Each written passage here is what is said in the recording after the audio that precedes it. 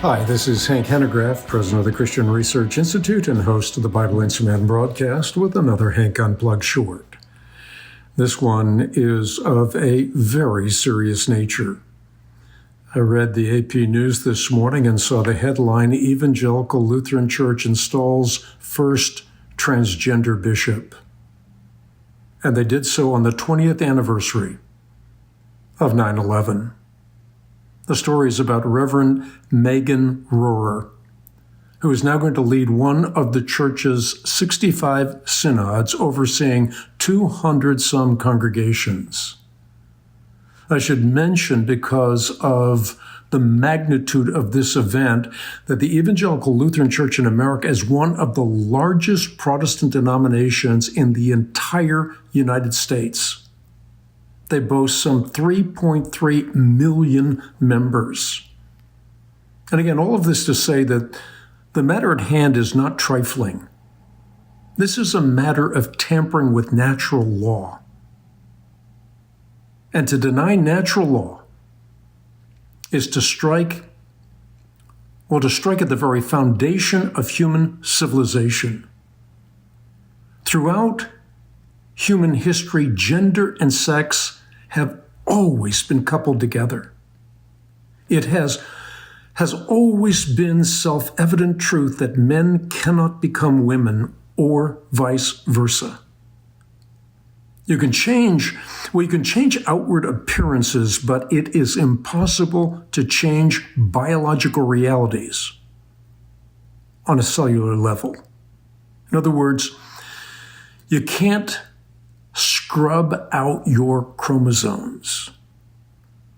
So what the Evangelical Lutheran Church of America is doing is simply succumbing to the onslaught of a liberalism. And this is one more step,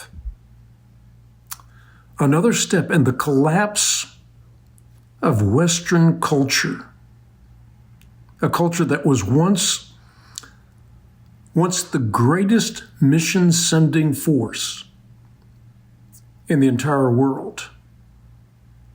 I have quoted a prominent psychiatrist on this matter in the past. His name is Dr. Paul McHugh, a distinguished professor of psychiatry, and that at Johns Hopkins University.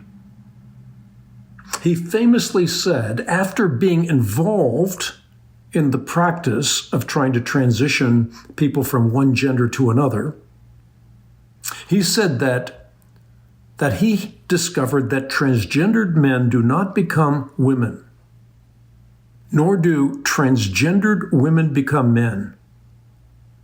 All become simply, feminized men or masculinized women. In other words, counterfeits or impersonators of the sex with which they identify. He went on to say that gender dysphoria, which is the official psychiatric term for feeling oneself to be the opposite sex, belongs in the family of similarly disordered assumptions. Its treatment, therefore, should not be directed at the body as with surgery and hormones any more than one treats obesity-fearing anorexic patients with liposuction.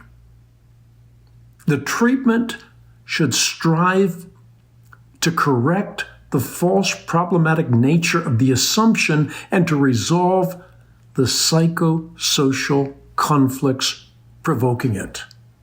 And if this is true from a psychiatric perspective, certainly it is true from a theological perspective. And as I began saying, this doesn't even need to be, it doesn't need to be sorted out by reading the Bible. Natural law is enough to know that this practice is debilitating to civilization at large. When church communities deny natural law under the guise of social progress, it is an egregious betrayal of the God who created us male and female, who knit us together in our mother's womb. It undermines civilization and is dangerously destructive.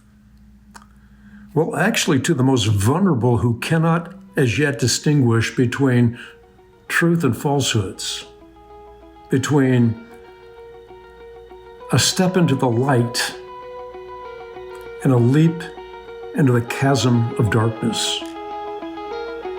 Thanks for tuning in.